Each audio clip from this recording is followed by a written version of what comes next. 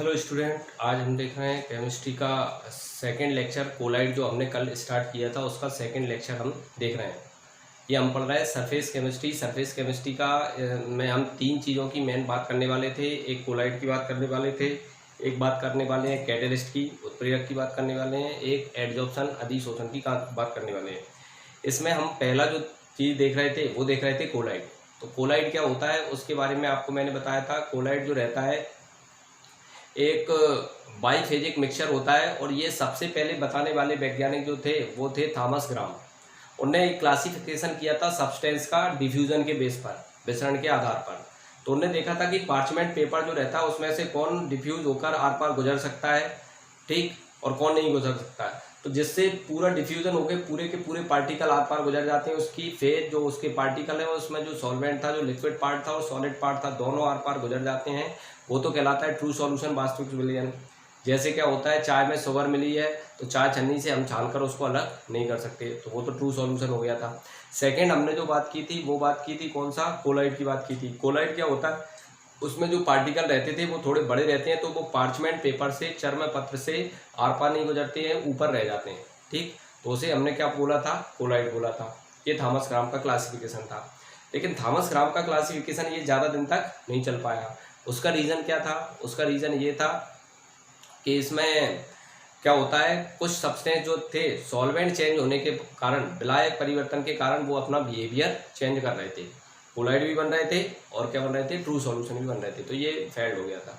इसके बाद modern definition क्या थी कोलाइड की, कि कोलाइड जो रहता है वो क्या होता है, ऐसा एक हेट्रोजीनियस मिक्सचर है, एक ऐसा विषमांगी मिश्रण है जिसमें पार्टिकल साइज, कणों का आकार क्या होता है, 10 एंगस्ट्रॉम से लेकर 1000 एंगस्ट्रॉम होता है।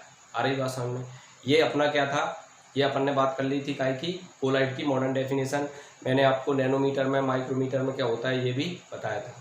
इसके बाद अगली हम जो बात कर रहे थे वो एक तो ट्रू सॉल्यूशन, एक कोलाइड और एक सस्पेंशन नीलांबन, इन तीनों के बीच में आपने डिफरेंस किया था, और मेन ध्यान अपना किसकी तरफ था, कोलाइड की तरफ था, ठीक। तो ये कोलाइड के बारे में यहाँ तक अपन ने बात कर ली थी। तो एक बार और आप देखें, कोलाइड में हम बात करने वाले हैं कि कोलाइड जो रहता है वो एक्चुअल में क्या होता है, बाईफेजिक मिक्सचर होता है, हेट्रोजीनियस मिक्सचर होता है, दो प्रवस्थाओं वाला मिश्रण होता है कोलाइड। तो इसमें आप देखें दो प्रवस्थाओं में से एक क्या होता है, डिस्पर्स मीडियम होता है, इसको हम क्या बोलेंगे, डीपी बोलेंगे। एक होता है डिस्पर्स मीडियम, एक डिस्पर्सन मीडियम होता है, और एक होता है डिस्पर्स फेज होता है। तो ये डी पी बोल देंगे आज के बाद हम इसको, ठीक।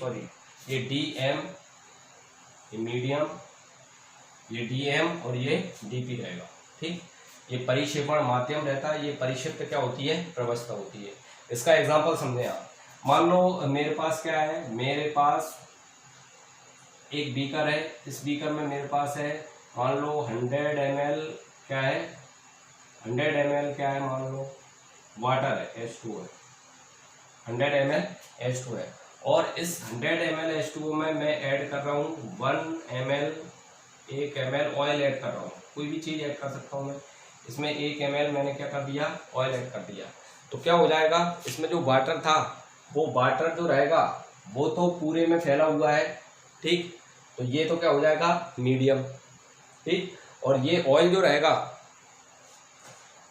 ऑयल को मैं थोड़ा सा, जैसे मैं दूसरे कलर से बनाया तो इस तरह से ऑयल जो रहेगा वो इस तरह से पूरी तरह में इसमें डिस्ट्रीब्यूट नहीं रहेगा, कहीं कहीं पाया जाएगा, कहीं कहीं नहीं पाया जाएगा, इस टाइप से ऑयल रहेगा। तो इसे हम क्या बोलेंगे, प्रवस्था बोलेंगे। इसको हम क्या बोल देंगे, फेज बोल देंगे, और इसको क्या बोल देंगे, मीडियम बोल देंगे, ठीक।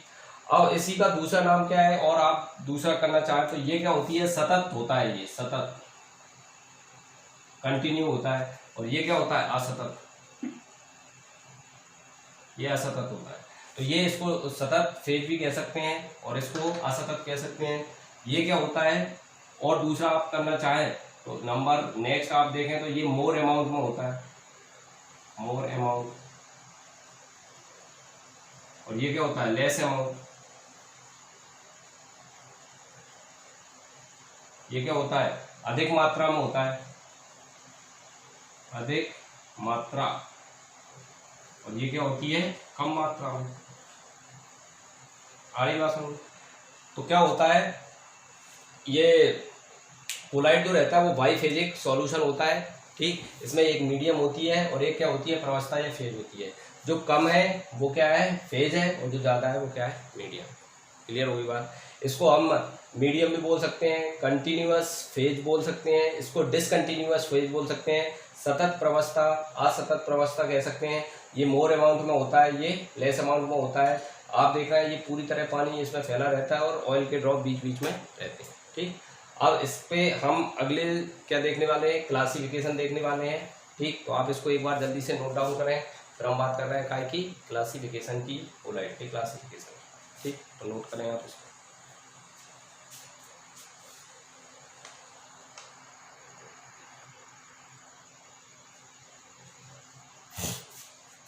चलिए, नेक्स्ट क्लासिफिकेशन हम जो देख रहे थे वो क्लासिफिकेशन है कौन सा, एक जो हमारे पास सॉलिड, लिक्विड एंड गैस तीनों स्टेट पाई जाती हैं, तीनों भौतिक अवस्थाएं पाई जाती हैं पदार्थ की।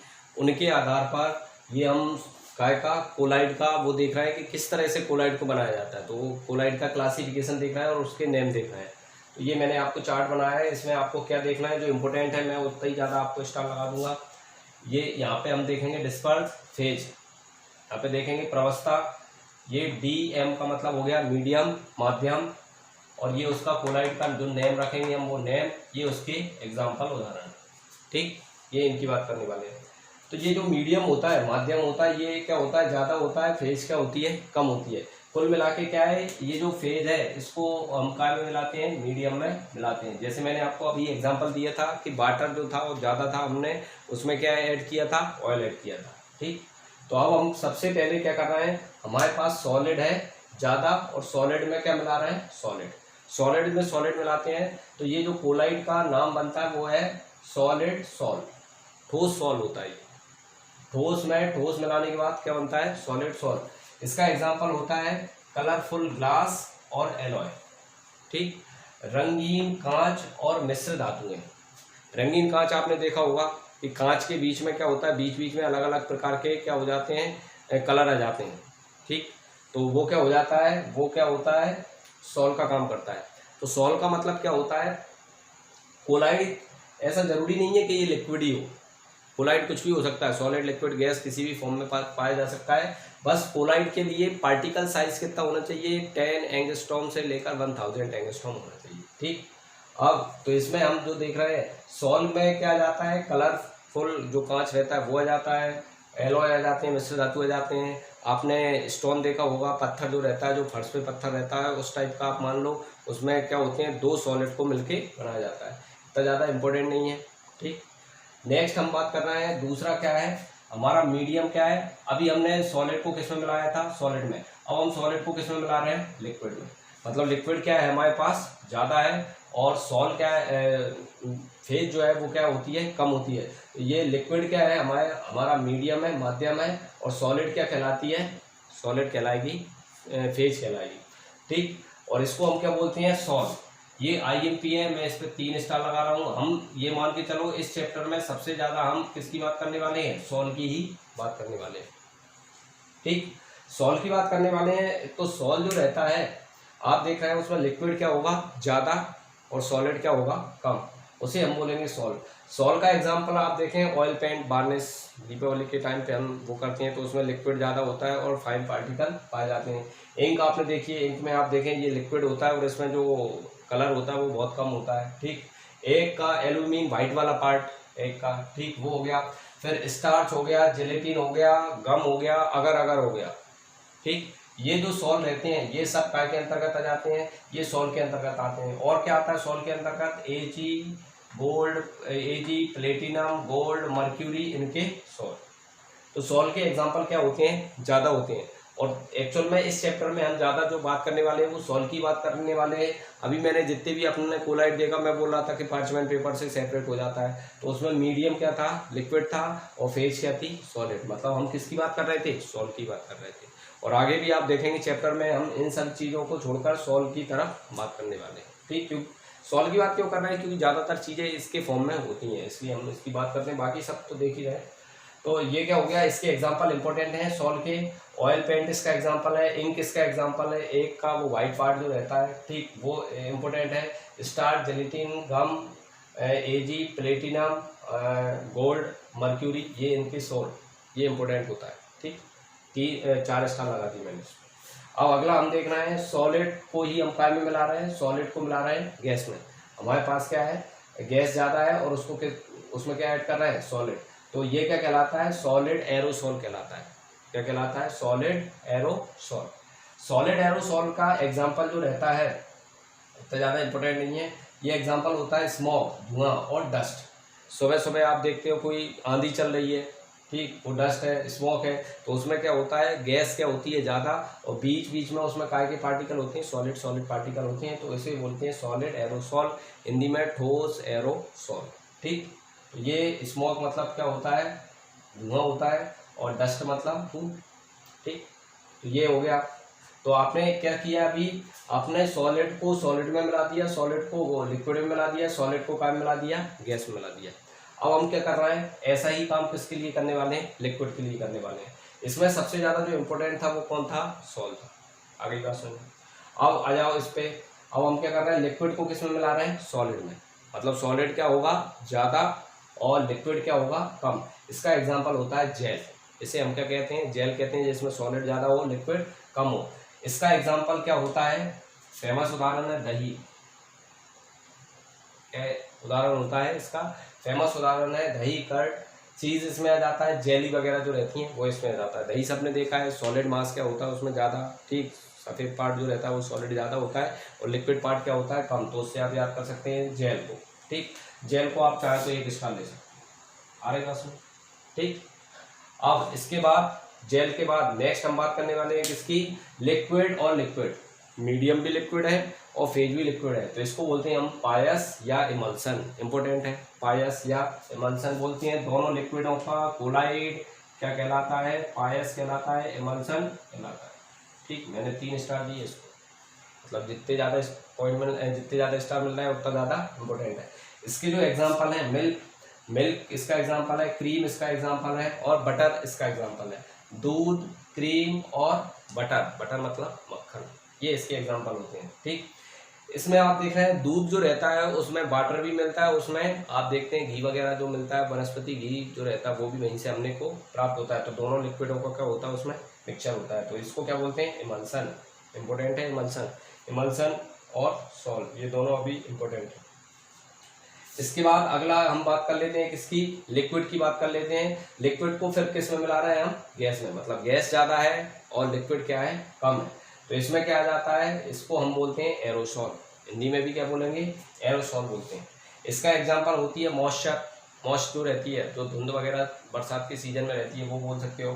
फॉग, जब सर्दी का सीजन रहता है तो उसमें क्या हो जाती है, धुंध जम जाती है, उसको फॉग कहते हैं। क्लाउड, बादल जो रहते हैं वो इसके एग्जाम्पल होते हैं। ठीक, इसके बाद आप चाहो तो इसमें स्प्रे वगैरह भी लिख सकते हैं। स्प्रे, कीटनाशक, बदबूनाशक जितने भी आते हैं, फॉग वगैरह आपने नाम सुना होगा, तो उसमें बोलते हैं गैस वाला। तो गैस, उसमें क्या होती है, गैस ज़्यादा होती है, और लिक्विड क्या होता है, कम होता है।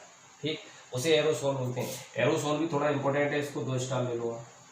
ठीक, तो एरोसोल जो रहता है उसमें क्या होता है, गैस क्या होती है, ज़्यादा होती है, और लिक्विड क्या होता है, कम होता है। तो आपने क्या कर लिया, अब लिक्विड को तुम आपने सॉलिड में मिला दिया, लिक्विड को आपने लिक्विड में मिला दिया, लिक्विड को आपने क्या मिला दिया, गैस में मिला दिया। इस तरीके से बना दिया। ठीक, अब अगला हम क्या कर रहे हैं, गैस को मिलाएंगे अब हम। तो गैस को सबसे पहले मैं क्या मिला रहा हूँ, सॉलिड में मिला रहा हूँ। मतलब सॉलिड क्या होगा, ज़्यादा, और गैस क्या होगी, कम। सॉलिड ज़्यादा, गैस कम। इसका जो एग्जाम्पल है वो है इसको हम बोलते हैं ठोस जाग, सॉलिड फॉर्म बोलते हैं। चप्पल आपने देखी है, रबर की चप्पल, पैर रखते हो आप, पिचक जाती है, तो उसमें क्या होता है, रबर सॉलिड रहती है, उसमें बीच बीच में क्या भरी रहती है, गैस भरी रहती है। ठीक, दूसरा लावा आपने देखा है, ज्वालामुखी जब फटता है, ठीक, तो उसमें क्या होता है, गैस के साथ साथ छोटे छोटे क्या होते हैं, पार्टिकल होते हैं। ठीक, तो सॉलिड पार्टिकल ज़्यादा होते हैं, गैस क्या होती है, कम होती है। आप तो रबर याद कर सकते हो, फॉर्म की रबर। ठीक, इंपॉर्टेंट नहीं है इतना ज़्यादा। इसके बाद नेक्स्ट आता है कौन सा, नेक्स्ट है हम गैस को किस में ऐड कर रहे हैं, लिक्विड में। तो लिक्विड में आप जब ऐड करते हो तो क्या हो जाता है, लिक्विड है ज़्यादा और गैस है क्या, कम। तो इसको हम बोलते हैं फॉग या झाग। इसमें क्या आ जाता है, इसमें एक तो आती है सोप का फ्लोट। सोप जो रहता है, हम कपड़े धो रहे हैं या नहा रहे हैं, ठीक, तो उस समय जो बबल्स आते हैं, सोप का झाग होता है वो हो गया। एक व्हिप्ड क्रीम आती है, फेटी हुई जो क्रीम आती है, सॉफ्ट टी में हम लगाते हैं, खाते हैं बच्चे।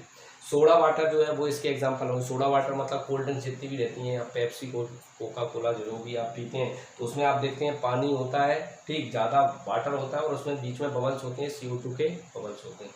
सेविंग क्रीम भी आप इसमें ले सकते हो, ठीक। तो क्या है, काय का स्रोत, काय का झाग होता है, सोप का झाग हो गया, व्हिप्ड क्रीम हो गई, और सोडा वाटर, सोडा वाटर मतलब कोल्ड ड्रिंक्स वगैरह, ये इसके एग्जांपल होते हैं। आप चाहो तो इसको भी क्या कर सकते हैं, फॉर्म को भी 1 स्टार दे सकते हैं। तो ये मैंने 5 थोड़े से इंपॉर्टेंट बताए हैं। सबसे ज़्यादा इंपॉर्टेंट, ज़्यादा हम चैप्टर में जो बात करने वाले हैं वो सॉल्ट की बात करने वाले हैं, जिसमें लिक्विड मीडियम होता है, और सॉलिड क्या होता है, उसमें सॉलिड क्या होती है, फेज होती है, ठीक।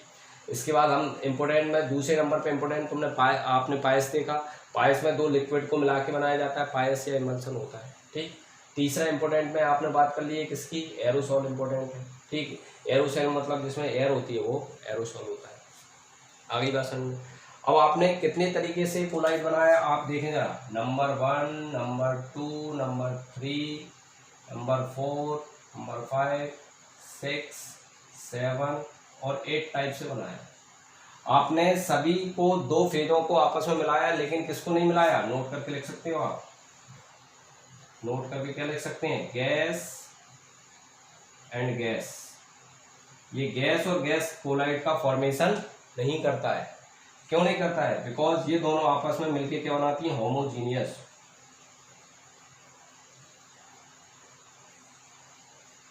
होमोजीनियस फेज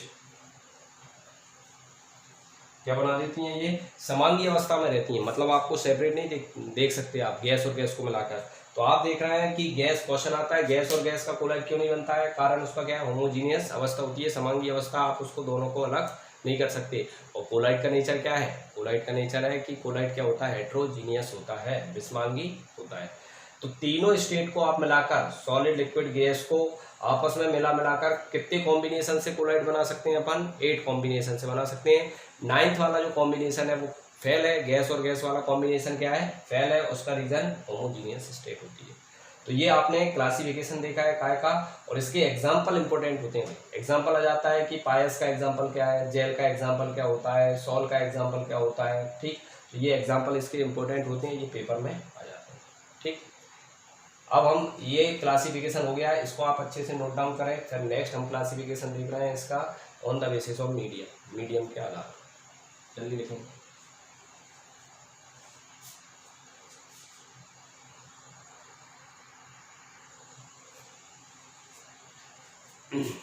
चलिए, तो नेक्स्ट हम क्लासिफिकेशन देखने वाले थे on the basis of medium. Simple classification है, on the basis of medium, माध्यम के आधार पर।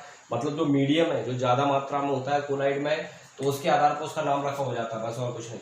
जैसे एयर अगर है, उसमें एयर अगर माध्यम है तो वो क्या कहलाएगा, एरोसॉल कहलाएगा।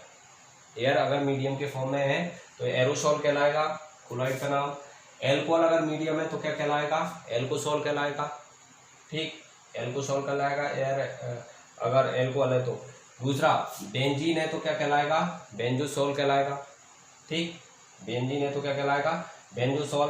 और वाटर अगर है तो हाइड्रोसॉल, और यह क्या कहलाएगा, एक्वासॉल। हाइड्रो का मतलब और एक्वा का मतलब क्या होता है, वाटर होता है।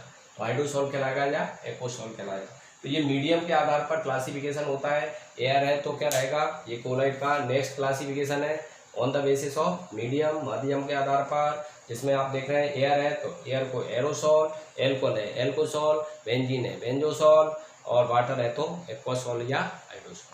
इसको आप नोट डाउन करें, सिंपल चीज़ है, इसमें ज़्यादा कोई समझाने का है नहीं है। नाम के आधार पर आप बोल सकते हो उसको, मीडियम के बेस पर इसको आप करें। फिर नेक्स्ट हम देख रहे हैं classification on the basis of structure, structure के आधार पर क्लासिफिकेशन को देख रहे हैं, इसको देखें आप जल्दी से।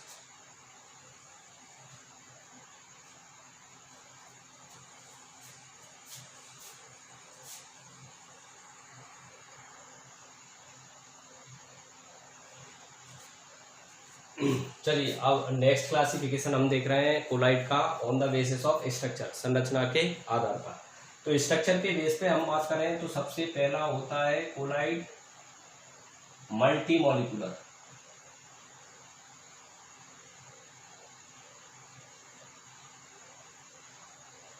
मल्टीमॉलिक्यूलर बहुआण्विक, तो क्या बोलेंगे बहुआण्विक। ठीक, बहुआण्विक कोलाइड क्या होते हैं, ऐसे कोलाइड जो क्या बनते हैं, it is form by the small small small small molecule, जैसे सल्फर सोल, इसका एग्जांपल क्या होता है, स्मॉल स्मॉल मॉलिक्यूल से बनते हैं। मेन चीज है, एग्जांपल याद रखना है आपको, जैसे सल्फर सोल, सल्फर सोल। दूसरा एग्जांपल होता है गोल्ड सोल। ये जो एग्जांपल है, ये काय का एग्जांपल है, ये पहला है मल्टीमॉलिक्यूलर बृहद आणविक, सॉरी बहुआण्विक। बहुआण्विक में क्या होता है, जैसे सल्फर है, आपको पता है सल्फर S8 के रूप में पाया जाता है, लेकिन सल्फर का जो मॉलिक्यूल है वो इतना बड़ा मॉलिक्यूल नहीं रहता है कि हम उसको क्या बोलें, कोलाइड बोलें। फिर इसके क्या होता है, n नंबर मॉलिक्यूल जो रहते हैं वो आपस में जुड़कर क्या करते हैं, S8 S8 S8 S8 S8, ये इस तरह से एक बड़ा मॉलिक्यूल बना देते हैं। तो ये मॉलिक्यूल जो रहता है वो कोलॉइड के बराबर है। ठीक, काय के बराबर है, कोलॉइड। तो ये काय का एग्जांपल हो जाता है, तो ये काय का एग्जांपल है, कोलॉइड का एग्जांपल। क्लियर हो गई बात। तो नंबर 1 मल्टीमॉलिक्यूलर क्या होते हैं, मल्टीमॉलिक्यूलर मतलब colloid form by the small small molecule. Colloid का निर्माण छोटे छोटे अणुओं से मिलके होता है। S8 एक छोटा सा मॉलिक्यूल है, उसको आपस में मिलके क्या बन जाता है, कोलाइड बनता है। तो ऐसे कोलाइड को हम क्या बोलते हैं, मल्टीमॉलिक्यूलर बहुआण्विक। बहुआण्विक में एग्जांपल सल्फर का सोल आता है और इसमें गोल्ड का सोल आ जाता है। दूसरा इसमें आ जाता है, नंबर 2 आता है मैक्रोमॉलिक्यूलर।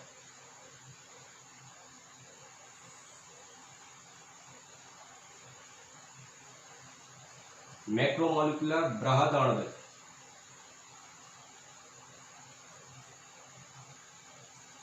बृहद आणविक का मतलब क्या होता है, बृहद आणविक का मतलब होता है जो क्या होते हैं, बड़े मॉलिक्यूल से कोलाइड का फॉर्मेशन हो। मतलब मॉलिक्यूल पहले से बड़ा है, मॉलिक्यूल वो बड़ा है, लेकिन बड़ा है, कोलाइड पार्टिकल साइज नहीं है, मतलब है मॉलिक्यूल बड़ा लेकिन कोलाइड पार्टिकल साइज का नहीं है।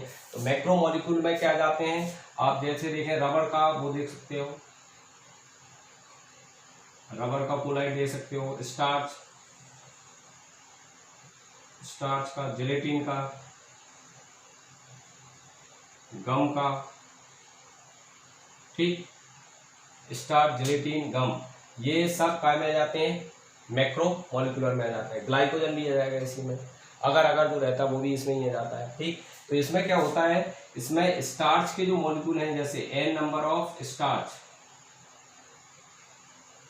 ये आपस में मिलके क्या बना देंगे, ये आपस में मिलके कोलाइड का फॉर्मेशन है उसके मॉलिक्यूल। तो स्टार्च पहले से ही बड़ा मॉलिक्यूल है। ठीक, अब जिन लोगों ने बायोकेमिस्ट्री पढ़ ली उनको पता है कि स्टार्च जो रहता है वो उसमें ग्लूकोज के ऑलरेडी पहले से ही हजारों के मॉलिक्यूल रहते हैं, और उससे अगर कोलाइड बनता है तो ये मैक्रोमॉलिक्यूलर कोलाइड कहलाता है, बृहद आणविक कहलाता है। बृहद मतलब बड़ा, बड़े मॉलिक्यूल से बना हुआ कोलाइड। तो मेनली नेम और एग्जाम्पल, तो ये एग्जाम्पल याद करना है आपको। ठीक, तीसरा इसी का क्लासिफिकेशन, तीसरा इसमें आ जाता है कौन सा, एसोसिएटेड।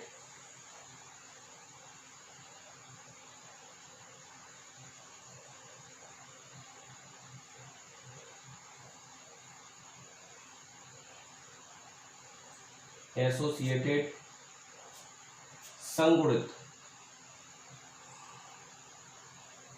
संगुणित कोलाइड इंपोर्टेंट है। इसका जो एग्जांपल है, एसोसिएटेड का जो एग्जांपल होता है वो एग्जांपल होता है कौन सा, इसका एग्जांपल होता है, पहले मैं एग्जांपल बता देता हूं। एक तो आता है सोप, और दूसरा एग्जांपल आता है डिटर्जेंट, अपमार्जक।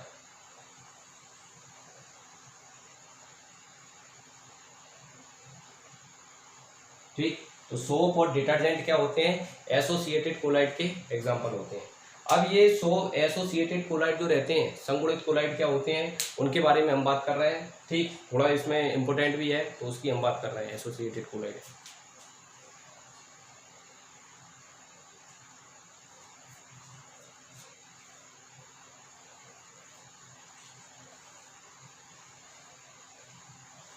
तो एसोसिएटेड कोलाइड जो रहते हैं, संगुणित कोलाइड जो रहते हैं, ये क्या होते हैं जरा समझ लें आप। इसका एग्जांपल मैं बोल रहा हूँ कि सोप, हम इसका एग्जांपल दे रहे हैं, तो ये क्या होते हैं एसोसिएटेड कोलाइड,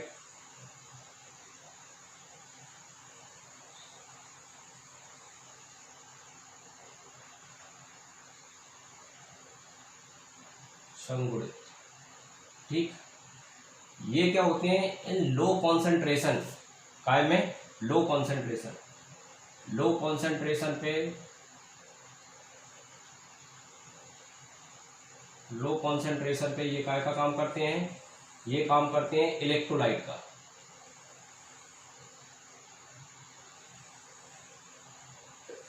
लो कॉन्सेंट्रेशन पे क्या होते हैं, ये इलेक्ट्रोलाइट होते हैं, विद्युत अपघट्ट होते हैं, विद्युत अपघट्ट, ठीक। बट इन सीएमसी, सीएमसी पर ये क्या हो जाते हैं कोलॉइड, ये काय का काम करते हैं कोलॉइड।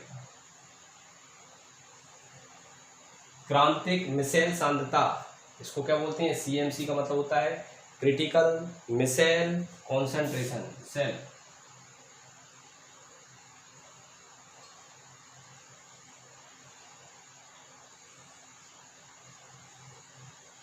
क्रांतिक मिसेल सांद्रता, ठीक, क्रिटिकल मिसेल कॉन्सेंट्रेशन, इस पर ये क्या काम करने लगते हैं, कोलॉइड का काम करने लगते हैं। तो ऐसे जो पदार्थ, ऐसे कोई सब्सटेंस जो लो कॉन्सेंट्रेशन पर, कम सांद्रता पर इलेक्ट्रोलाइट होते हैं, इलेक्ट्रोलाइट मतलब जिनमें पॉजिटिव और नेगेटिव होता है, जैसे NaCl होता है, वो एक इलेक्ट्रोलाइट है। तो ये लो कॉन्सेंट्रेशन पे तो क्या होते हैं, लो कॉन्सेंट्रेशन पे तो होते हैं इलेक्ट्रोलाइट की तरह बिहेव करते हैं, लेकिन अगर इनका कॉन्सेंट्रेशन इंक्रीज किया जाए, बढ़ाया जाए, कितना बढ़ाया जाए, CMC किया जाए, क्रिटिकल मिसेल कॉन्सेंट्रेशन, मतलब इतना किया जाए कि जिसमें मिसेल का फॉर्मेशन हो जाए, उसे हम क्या कहते हैं, उस टाइम पे हम उनको क्या कहने लगते हैं, कोलाइड। एग्जाम्पल समझें आप इसमें, एग्जाम्पल क्या होता है, जैसे फॉर एग्जाम्पल के तौर पे हम बात करें किसकी, किसकी बात करें, हम सोप की बात कर लेते हैं। तो सोप कैसे मिसेल का काम करता है आप वो देखें जरा। सोप जो रहता है, सोप का फार्मूला आपने देखा है, अभी आपने पढ़ा था RCOONA, ये क्या है, सोप है। सोप में आपको पता है ये R बहुत बड़ा ग्रुप होता है, ठीक। सोप जो रहता है, अगर आपने कम कॉन्सेंट्रेशन लिया है सोप का, तो ये क्या होता है RCOONA, ये नेगेटिव, और ये क्या हो जाता है, सोप इसमें कन्वर्ट हो जाता है। तो ये सोप रहेगा ऐसा, इसका ये R बहुत बड़ा रहता है, ये सोप का काम करता है, ये नेगेटिव पार्ट है इसका, और ये कौन सा पार्ट होता है इसका, ये नेगेटिव पार्ट होता है, और ये न्यूट्रल पार्ट होता है। इसको पोलर बोल सकते हो, इसको नॉन पोलर, ये पोलर है, पोलर मतलब ध्रुवीय, और ये कैसा है, नॉन पोलर।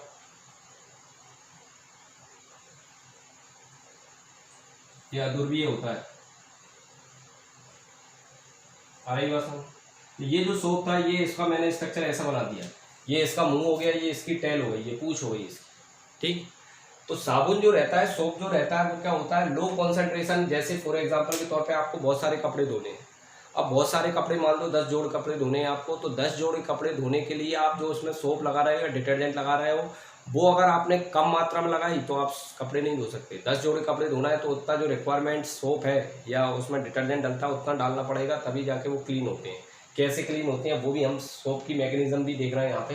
देखो तो क्या होता है, ये सोप होता है, अगर उसको कम मात्रा में आपने लिया है तो वो इस तरह से ही पानी में डला रहेगा, ये नेगेटिव और ये पॉजिटिव, इनको ही हम बोलते हैं इलेक्ट्रोलाइट, विद्युत अपघट्ट। तो लो कॉन्सेंट्रेशन में साबुन पानी में ऐसे ही डला रहेगा, सफाई का काम नहीं करेगा, क्लीनिंग एजेंट का काम नहीं करेगा। फिर क्या करना पड़ता है, फिर एक मिनिमम कॉन्सेंट्रेशन हमने को देना पड़ता है। ऐसा नहीं है कि आपने एक बार साबुन लगाई कपड़े साफ हो गए, उसमें जितनी रिक्वायरमेंट है उतना अपने को देना पड़ता है। तो उसमें होता क्या है एक्चुअल में, आप उसको समझें। जैसे फॉर एग्जांपल हम बात करें कि मान लो मेरे पास ये कपड़ा है, कपड़ा जो रहता है उसमें जो गंदगी लगती है, ये कपड़े के ये धागे हैं, इसमें ये कपड़े में मान लो ये गंदगी लग गई है, तो ये जो कपड़े में गंदगी लगती है वो काय के कारण लगती है, ऑयल वगैरह के कारण, तेल वगैरह के कारण, ठीक। अब ऑयल जो रहता है उसमें क्या पाए जाते हैं, कार्बन पाए जाते हैं। ये इसमें क्या होते हैं, कार्बन होते हैं। क्या होते हैं इसमें, कार्बन होते हैं। ऑर्गेनिक कंपाउंड होता है, कार्बन चारों तरफ से, इसमें ऑयल है, इसमें धूल मिट्टी जम जाएगी। तो ये क्लीनिंग का काम नहीं करेगा, क्लीन नहीं होता है आसानी से। काय से क्लीन नहीं होता है? वाटर से। जैसे आपने क्या किया, वाटर है अपना, तो वाटर जो रहता है वो H2O, मैं उसका स्ट्रक्चर बना रहा हूँ H2O, ये H2 होता है भाई, H2O ये होता है। H2O में ये H क्या होता है, पॉजिटिवली चार्ज होता है, और ऑक्सीजन क्या होता है, नेगेटिवली चार्ज होता है। ये पार्शियली पॉजिटिव होता है और इस पे पार्शियली नेगेटिव। तो ये कैसा होता है, ये पोलर सॉल्वेंट है, पोलर सॉल्वेंट, ध्रुवीय विलायक होता है।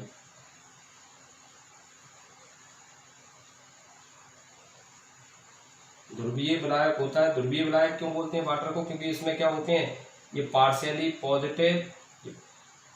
पॉजिटिव केमिकल बॉन्डिंग आप पढ़ चुके हो, उसमें सब है, ठीक। पार्शियली पॉजिटिव होता है और ये नेगेटिव होता है, तो ये पोलर सॉल्वेंट होता है। और ये क्या होता है, ये होता है नॉन पोलर, मतलब इसमें कोई पॉजिटिव नेगेटिव चार्ज नहीं होते। गंदगी में क्या नहीं होता, पॉजिटिव और नेगेटिव चार्ज नहीं होता है, ठीक। तो अब क्या होता है, अब सोप का क्या काम है, साबुन क्या काम करती है, पानी से, पहले हम बात करें पानी से गंदगी साफ क्यों नहीं हो रही, क्योंकि इन दोनों के बीच में कोई बॉन्ड नहीं बन पा रहा है, क्योंकि ये नॉन पोलर और ये पोलर। तो नॉन पोलर और पोलर के बीच में कोई बॉन्ड नहीं बन पाता, बॉन्ड का फॉर्मेशन नहीं होता है, क्योंकि इनके चार्ज मैच नहीं हो पा रहा है, कोई से बॉन्ड का फॉर्मेशन नहीं हो पा रहा है, इसलिए क्या हो जाएगा, सफाई नहीं होती है। आप गंदे कपड़ों को पानी से कितना भी धोते रहो, धुलाई नहीं होगी। आ रही बात समझ, क्यों नहीं हो रही है, क्योंकि ये पोलर है और ये गंदगी जो रहती है वो क्या होती है, नॉन पोलर। साबुन में क्या होता है, तो देख लो जरा क्या होता है साबुन में, ये रही अपनी साबुन। साबुन में ये आर जो रहता है, यहाँ पे क्या पाया जाता है, ये कार्बन है, आर में क्या होता है, ये कार्बन होता है। तो ये कार्बन जो रहता है वो इसके कार्बन से क्या कर लेता है, बॉन्ड बनाता है, और बॉन्ड बनाने के बाद ये नेगेटिव सिरा इधर रहेगा, ये नेगेटिव सिरा इधर। तो ये जो साबुन जो रहती है वो क्या करेगी, इसकी जितनी रिक्वायरमेंट है उतनी सारे के सारे मॉलिक्यूल चारों तरफ से इससे बॉन्ड बना लेंगे, जो गंदगी रहेगी उससे चारों तरफ से क्या कर लेंगे, ये बॉन्ड बना लेंगे। और जितनी रिक्वायरमेंट चाहिए उतनी होना चाहिए, अगर आपने कम ली है तो ये चारों तरफ से नहीं घेर पाएगी, और चारों तरफ से नहीं घेरेगी तो ये बड़ा मॉलिक्यूल नहीं बन पाएगा। तो ये चारों तरफ से इस तरह से साबुन जो रहती है वो इसको घेर लेती है, तो घेर लेगी तो ये एक बड़ा मॉलिक्यूल बन गया। आप देख रहे हैं ये बड़ा मॉलिक्यूल बन गया, इस मॉलिक्यूल को ही हम बोलते हैं मिसेल।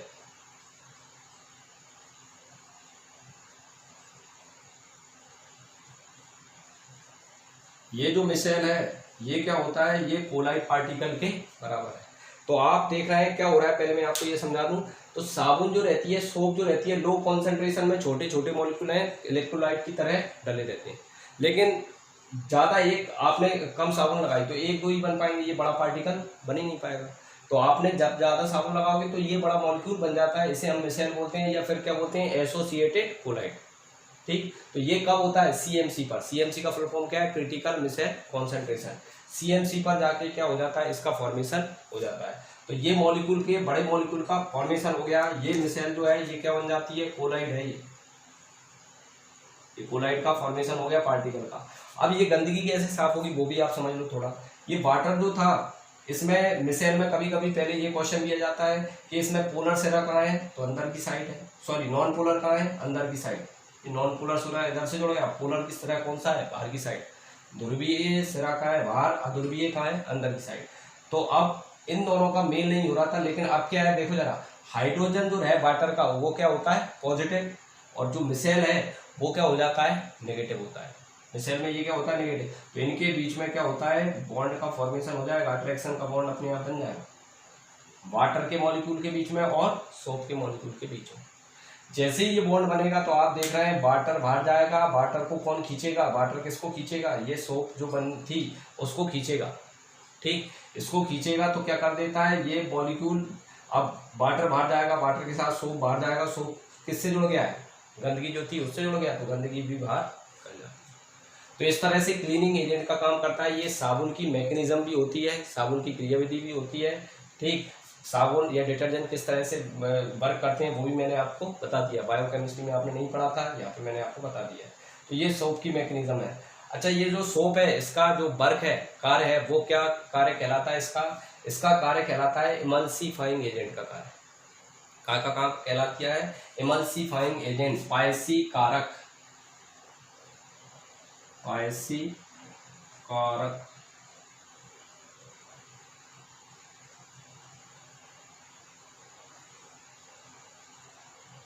इमल्सिफाइंग एजेंट,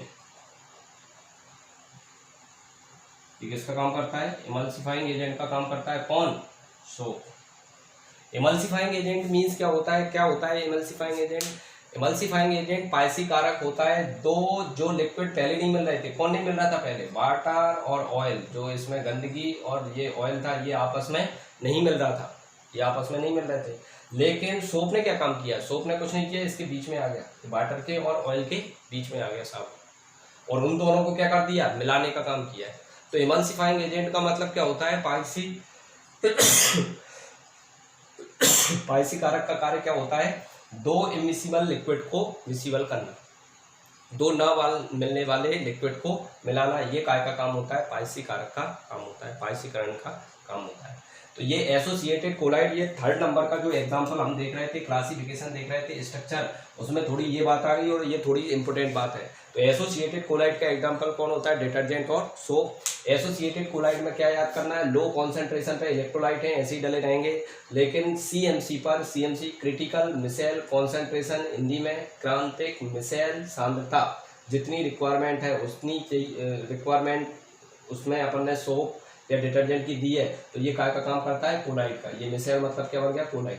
एग्जाम्पल के तौर पे मैंने आपको बताया कि ये जो सोप थी, साबुन थी, ये इलेक्ट्रोलाइट की तरह कार्य करती है, इस तरह से पड़ी रहेगी, ये बड़ी कार्बन की चेन रहती है। सोप का फार्मूला कल परसों ही आपने पढ़ा था, उसमें कार्बन 17, 15, 16 इस तरह से रहते हैं, 15, 16 इस तरह से कार्बन रहते हैं, इसलिए ये चेन बड़ी बनाई।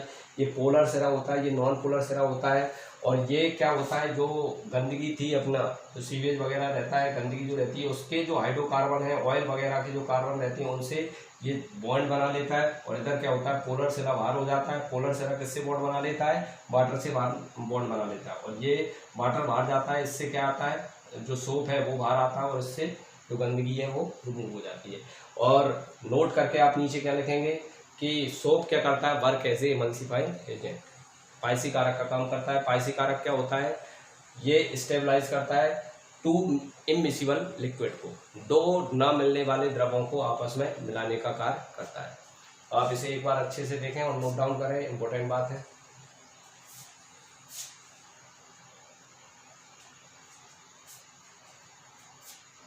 ठीक, तो आज हमने जो क्लासिफिकेशन आपने देखा है, क्या क्या क्लासिफिकेशन देख लिया, आप एक बार और समझ लें।